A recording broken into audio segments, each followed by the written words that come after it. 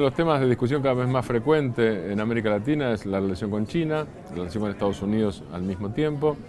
Está con nosotros aquí en el stand de LASA Chicago, de Claxo TV, Gonzalo Sebastián Paz, de Georgetown University, del Centro de Estudios Latinoamericanos. Gonzalo, gracias por estar con nosotros aquí. Gusto, Martín. Yo escuché una palabra que es frenemies, friends and enemies, amigos y enemigos. No sé quién acuñó esa palabra, pero es una de las que designa la relación con China. De los Estados Unidos, y quiero preguntarte si también esa palabra que sintetiza las dos cosas se aplicaría a las relaciones de América Latina con China, por lo menos de los países más grandes, de México, Brasil y Argentina. Mira, Martín, el primer tema es que la relación entre China y Estados Unidos es la relación bilateral más importante del mundo, por el volumen de cosas que pasa. Para los dos. Para los dos, es la relación bilateral más importante del mundo. Sí. Muchas otras cosas dependen de esa relación, digamos, ¿no? Y hay decisiones que se toman o se dejan de tomar en Estados Unidos o en China en función de esa relación. Las relaciones entre China y América Latina son relaciones que han crecido de un modo geométrico extraordinario, en particular en los últimos 15 años, fundamentalmente en lo económico y dentro de lo económico en lo comercial. Sobre lo comercial se han ido construyendo otras cosas. Las inversiones fueron un tema que por muchos años hubo la expectativa en América Latina que iba a venir. Esto se demoró, recién después o durante la crisis del 2008-2009 empezó a materializarse. Ahora China es un inversor muy, muy importante. Y bueno, en la medida de que vos tenés más relaciones económicas, más comercio, más inversiones, también surgen a veces fricciones. Es lo mismo que vos conocés una persona que vive en la otra punta de la ciudad, no te lleva ni mal ni bien, digamos, ¿cierto? Pero si están en tu mismo piso, en tu mismo edificio, por ahí tenés un roce, la música más fuerte, por ahí tenés una relación muy, muy buena, ¿no? Pero cada uno tiene su personalidad, hace sus cosas y bueno, por ahí tenemos una discusión, ¿no? Que saca la basura, etc. Nosotros con China ahora tenemos un grado de intimidad en las relaciones en la mayoría de los países de América Latina y del Caribe que eventualmente surgen fricciones. Así que te diría que ese es el tema fundamental. Cuando uno habla con funcionarios de los gobiernos de América Latina, suelen referirse a una cosa sobre todo, no a una sola, pero sobre todo se preocupan por una, que es, hay una evidentemente a favor, que es la absorción por parte de China de materias primas de América Latina, y hay otra que es la que les preocupa a los funcionarios habitualmente, que es, por un lado, que tiene una cara doble. Una de las caras es la dificultad por exportar bienes con valor agregado. Y por otro lado, la otra cara sería la facilidad con que bienes con valor agregado de industrialización china entran a América Latina. Mira, Martín, has metido el dedo en la llaga, digamos, porque ese es un resumen perfecto del corazón de la discusión que tenemos en este momento a nivel no ya de expertos académicos, sino de la sociedad y de la dirigencia en todos nuestros países. Y es una discusión que va para largo, digamos. Vamos a estar metidos en esta discusión por varios años. El tema, ya sabemos desde Albert Hirschman, desde Prebisch, hasta Eduardo Galeano, las consecuencias que tiene la exportación como de productos naturales, de recursos naturales, como único medio o como medio principal de inserción en la economía internacional. Es una historia muy conocida en América Latina, hay un déjà vu de muchas otras rondas de interacción con el mundo basado con el mismo esquema. Pero en este momento se dan una serie de elementos que complejizan esa historia, digamos, ¿cierto? A pesar de que sabemos de todas las consecuencias negativas que va a tener eso en el largo plazo, no es tan fácil proponer una alternativa rápida, sobre todo, ¿cierto?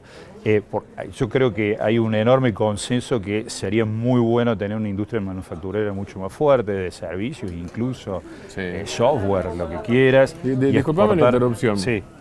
¿A China puede interesarle esto si está asociada a esa industria manufacturera o no le interesa y lo que le interesa es básicamente el esquema de compra de materias primas? Yo creo que por el momento y por un buen número de años, por lo menos, esto es un tren que tiene una inercia muy clara, digamos, y que no va a cambiar fácilmente. Que no va a cambiar. Es también un tren en otro sentido, digamos, que va por una vía, pero no dobla para ningún lado, digamos, ¿no es cierto? Sí. Es difícil. Hay algunas señales en China, en algunos grupos, de empezar a tener algunos toques de sintonía fina, como para empezar a tratar de cambiar al menos la percepción de que esto está pasando. ¿Y por qué le interesaría cambiar a China? Pero la estructura de esto no es tan fácil de modificar.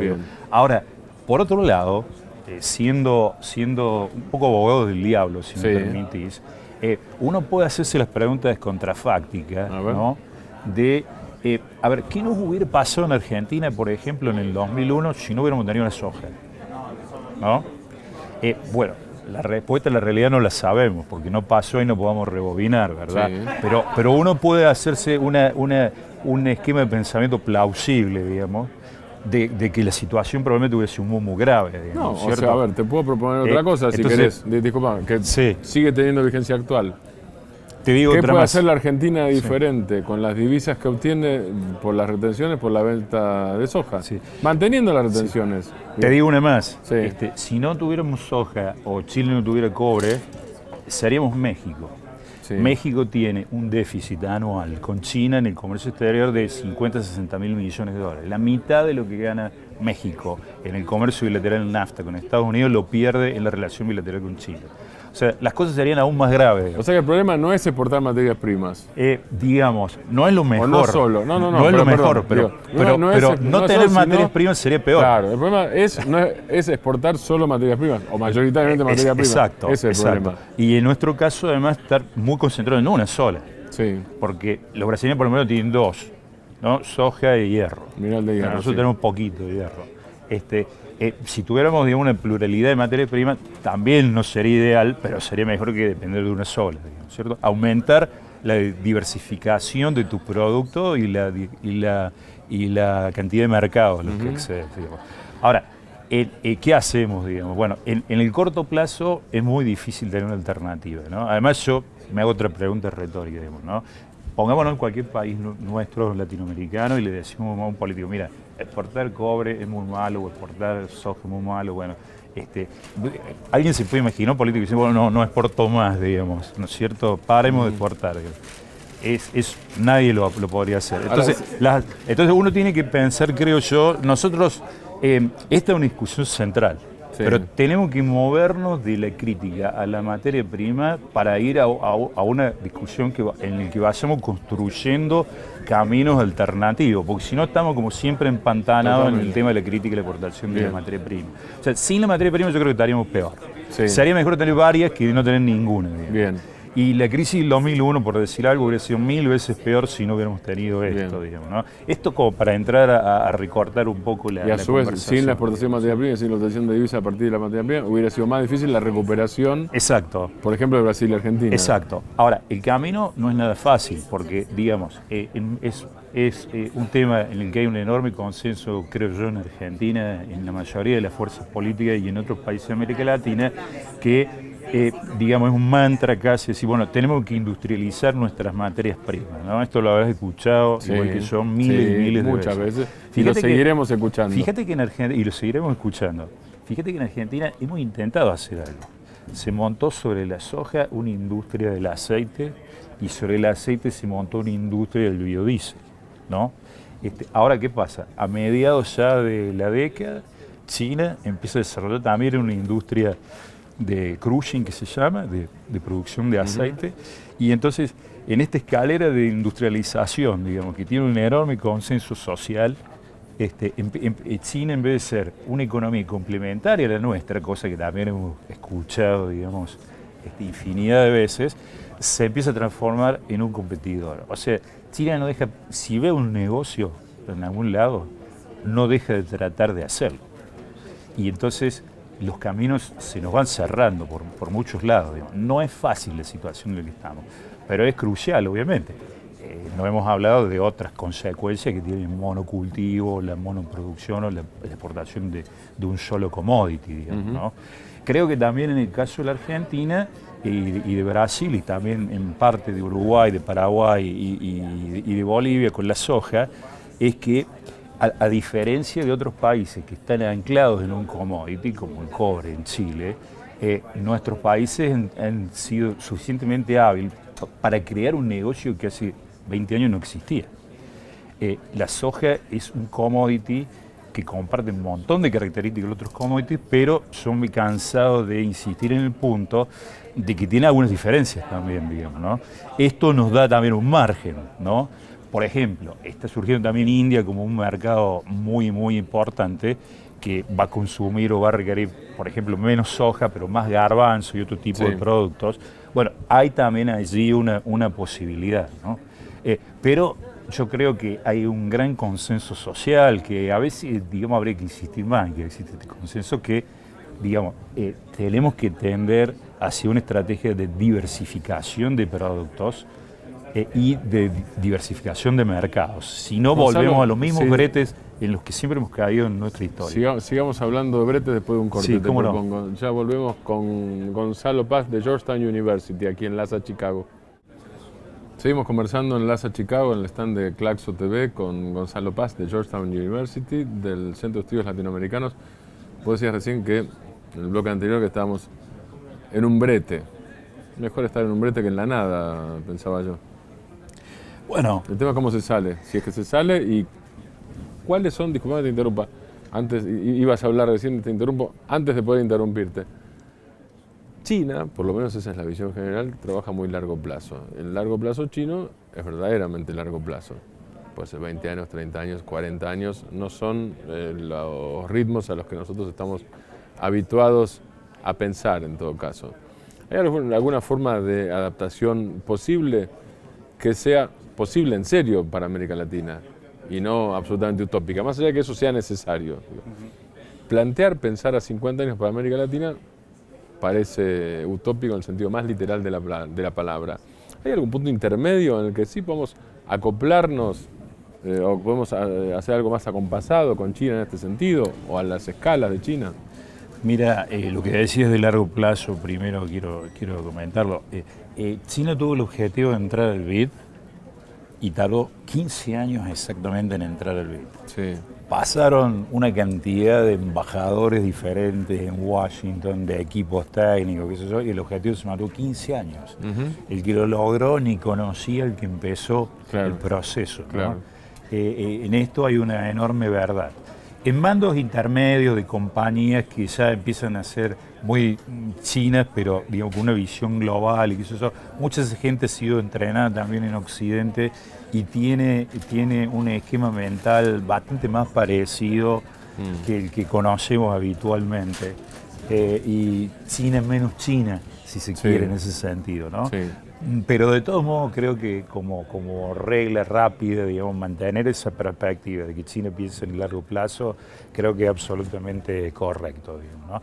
Y la evolución que los chinos tienen del liderazgo de China, que tiene de China, es en largo plazo por lo menos a 100 años, digamos, ¿no es cierto? Entonces, cuando hablamos de los desafíos de Estados Unidos, a la posición de China en el mundo, bueno, tenemos que pensarlo, digamos, con esa escala temporal, ¿no? De una cosa a 50, 100 años, digamos.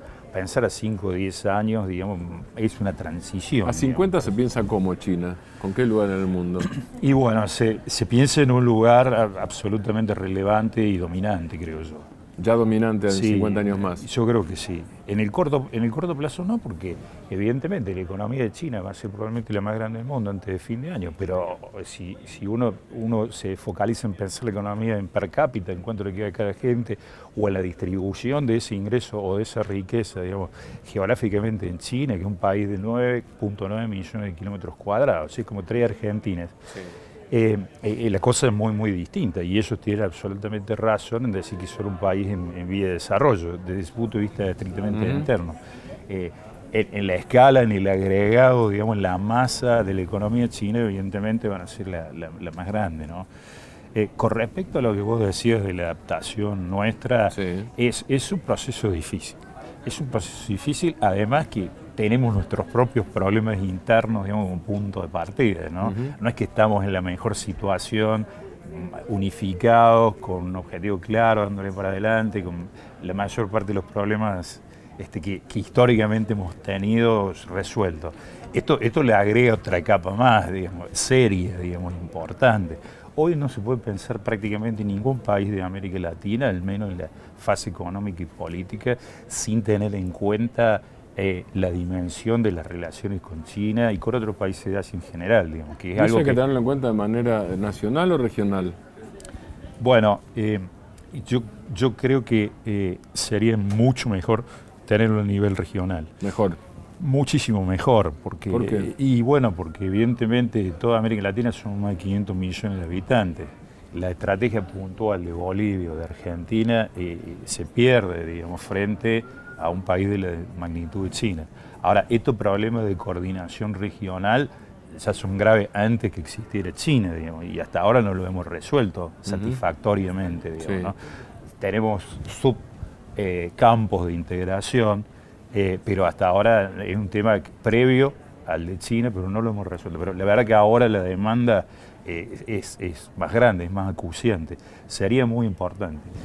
Con Brasil, el impacto de China, por ejemplo, en el Mercosur ha sido muy importante.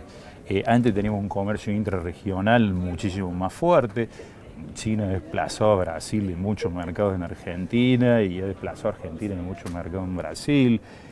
Y sin embargo, ha habido dificultades para mantener una estrategia regional. Ha habido una excusa que se ha alegado en el caso del Mercosur puntualmente, de que como Paraguay todavía reconoce a Taiwán como la China legítima, Sí. ha habido un obstáculo político para negociar unificadamente con China. Yo creo que esto no es así. Creo que es una excusa muy conveniente para no negociar. Incluso China. Yo tengo escuchado que los propios chinos, claro, eso yo tengo entendido que los propios chinos no le ponen bolilla negra a ese tema, como le ponían antes. Pero, exacto, digamos, además hay una tregua que ya lleva 6 años diplomática en que los países no aceptan que cambien de reconocimiento de Taiwán o hacia China. Incluso cuando salieron algunos documentos de Wikileaks, esto se vio muy claro, que había algunos países incluso que habían pedido hacer el cambio con Panamá y los chinos dijeron no, lo cual que antes era impensable, digamos, ¿no? por esta tregua que existe entre China y Taiwán. Pero volviendo a tu pregunta, yo creo que una estrategia regional sería fundamental. O al menos generar la percepción, o al menos tener reuniones, o antes de que haya una reunión con los chinos, tener una regional, tener una interna, ¿no es cierto? Como se arma en la política en nuestros países, etcétera, ¿no?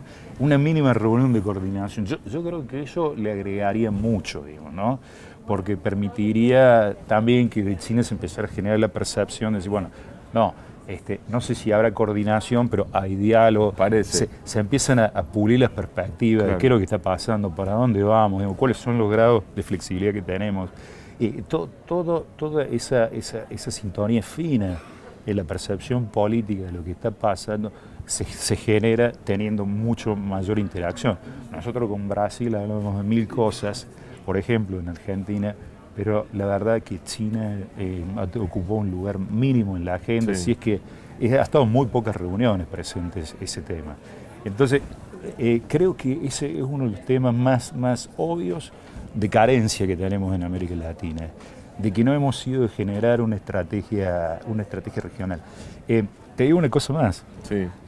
En el año 2008, China generó lo que se llama un documento blanco sobre América Latina, ¿no? En el cual China desarrolla por escrito una estrategia pública de cómo va a guiar, de cómo va a conducir sus relaciones con los países latinoamericanos. Es un documento de 10 hojas, para mucha gente es un documento con generalidad, superficial, pero China hizo un esfuerzo para hacer más clara su política. Bueno, nunca hubo una respuesta colectiva de América Latina, ¿no? Ni académica ni política. Estamos hablando ya pasan 6 años de ese documento. Ni académica ni política. Un white paper de América Latina sobre China, digamos, ¿no? Ha habido algunas declaraciones individuales, algunos académicos han dicho alguna cosa, pero creo que eso marca muy claramente la idea esta generalizada de que no había una estrategia coordinada. La revolución urbana china, la gigantesca revolución urbana china, ¿va a continuar? Bueno, mira, la gente que estamos en las ciencias sociales somos muy malos haciendo pronósticos. Entonces te hago la pregunta de manera muy, distinta. muy malo. Te hago una pregunta de manera distinta. Pero, a ver. El gobierno chino, el Partido Sí, Comunista sí, sí. Chino, para empezar por lo más Sí. alto del ranking del poder en China, el Partido Comunista Chino, ¿quiere o se propone que la revolución urbana continúe? Mira, yo creo que con los datos que tenemos hoy Sí. en día, creo que es muy razonable, muy plausible pensar de que la estrategia de desarrollo urbano va a continuar y aunque no hace un esfuerzo deliberado, las mismas fuerzas de la sociedad probablemente empujen a que el proceso de urbanización continúe, digamos, que es muy importante, es masivo, de una escala masiva, aparece en ciudades de millones de habitantes de la noche a la mañana, e incluso da la sensación de que aunque hubiera un declive suave del crecimiento de la economía china en los próximos años, sin embargo la tendencia para la urbanización debería continuar. Por eso te lo preguntaba. Esto, te digo, no es un pronóstico, sino es una conclusión provisoria con el tipo de información que tenemos hoy en día. Pero es razonable pensar que por un cierto número de años... ¿Y ese escenario sería continuaría, bueno ¿no? para América Latina? Yo creo que sí. Bueno, los grandes exportadores de minerales, obviamente en una ciudad tenés que hacer calles, tenés que hacer cañerías, tenés que hacer edificios, así que la demanda de cobre, de hierro debería sostenerse. Un problema desgraciado que tenemos es que si bien el precio de la mayoría de las materias primas ha aumentado considerablemente en los últimos años, en buena parte gracias a la demanda de China, también se vuelven a generar nuevos equilibrios internos en cada uno de nuestros países que hacen que lo que al principio es, digamos, algo extra que te entra en la economía, se vuelve a rearmar un equilibrio interno y termina teniendo un impacto mucho menos relevante, ¿no es cierto? Entonces, hay como un impacto de novedad, digamos, por un X número de años y después se transforma en algo medio estándar y todo empieza a funcionar en un punto de equilibrio un poco más alto. Ajá.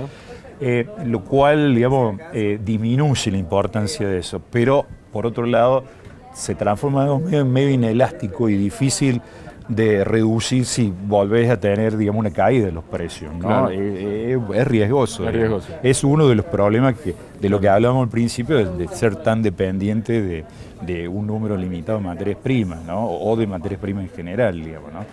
Pero yo te diría que la percepción que hay hoy, digamos, basado con los datos que tenemos, es que la estrategia de urbanización, más que estrategia, te diría el proceso de urbanización, debería continuar por un buen número de años y esto augura de que una demanda se va a seguir sosteniendo, digamos, por algún número de años, ¿no? Te reitero, esto muy provisoriamente, Sí, así es. no somos buenos pronosticando, digamos. Siempre pasa algo inesperado que nadie tuvo en cuenta, ¿no? Veremos. Gonzalo, muchísimas gracias. Un gusto, Martín, a tu disposición. Gonzalo Paz de Georgetown University, el Centro de Estudios Latinoamericanos de Georgetown, aquí en el stand de Claxo TV en Lhasa, Chicago.